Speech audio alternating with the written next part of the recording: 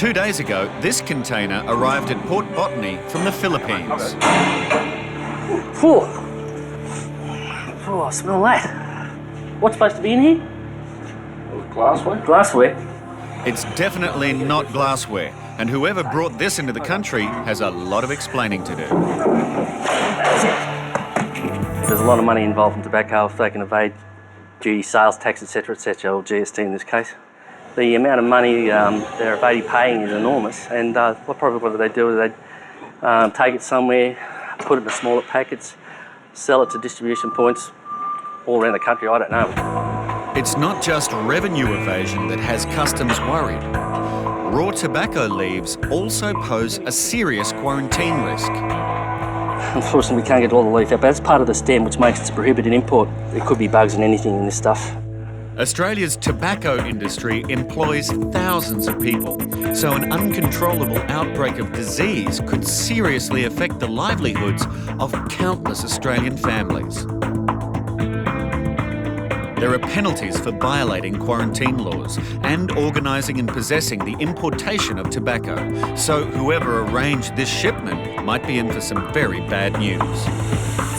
What officers discover is that the people responsible for importing the tobacco have used the name of a similar legitimate company. This type of deception has been seen by customs officers before. But are the tobacco bales hiding something else? This one, Lee, actually has a marking. I meant to tell you that there's a hole there, and it appears to be a void space in there.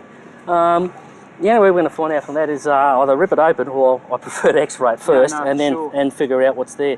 Look, it might be nothing. It might be just a hole put in there, but then again, we don't know. Yeah, all right. So we put it through the X-ray. Why would that leaf be sticking out like that, though? Good question.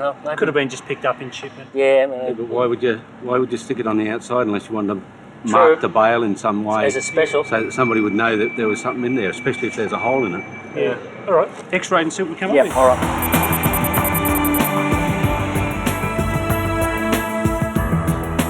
Back at the Sydney container facility, an X-ray shows that there's nothing concealed inside the tobacco bales. It's actually quite consistent. There's nothing concealed in the middle of that. Nah, it's all almost the same. Okay. It appears from that there's nothing in there. It's all very consistent. You know, you're looking for any inconsistency, something denser or less, or even less dense, because the tobacco is really, really packed tightly. In this case, we're looking at it there, and you can see quite clearly, apart from the pallet underneath, it's all very consistent. We're happy there's nothing there, apart from tobacco. The customs officers on the waterfront have now done everything they can. Responsibility for catching the tobacco smuggler will now be passed on to the investigations unit. The illegal tobacco was allowed to leave the quarantine area, and the importer was unaware that customs investigators were following the truck to the delivery point. Our mission is to conduct a managed delivery of the container, execute 198 and 203 warrants, to search additional premises that are identified resultant to the operation, to seize evidence relating to the importation of the container, and to identify, apprehend and prosecute offenders involved with the importation of the container. The truck carrying the container has just left the facility.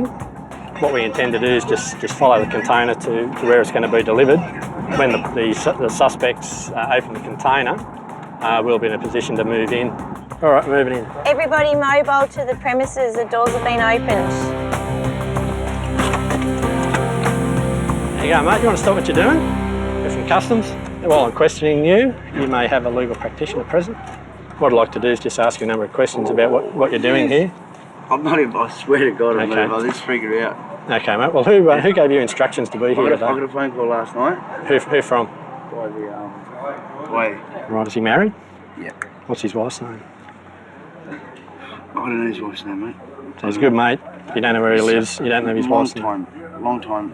All right. Companion. Who's responsible for importing this? I wouldn't have a clue. I would not have a clue. I didn't know what was in this. I'm just unloading. I saw there were boxes. That's it. What else can you tell me about this container? Nothing at all, mate. I swear to you, nothing at all. I'm here to unload, get paid for it, and that's it. All right. Well, mate, we're going to have to check out your story. Sure, you can. I'm totally innocent. I swear to God. What I'm going to do? Yep. I'm just going to conduct a quick frisk search on you. All right. You going there and do it? Yeah, I prefer that. Prefer With the tobacco raid over, the packer has been cleared and another man, believed to be the importer, has been taken into custody. This is a complex fraud involving the creation of false identities and false companies. The importer was convicted on all 3 charges: importing a prohibited import, possessing a prohibited import, and making a false statement. He was fined a total of $30,000 and was also ordered to pay costs of $5,000, including the cost of destroying the tobacco.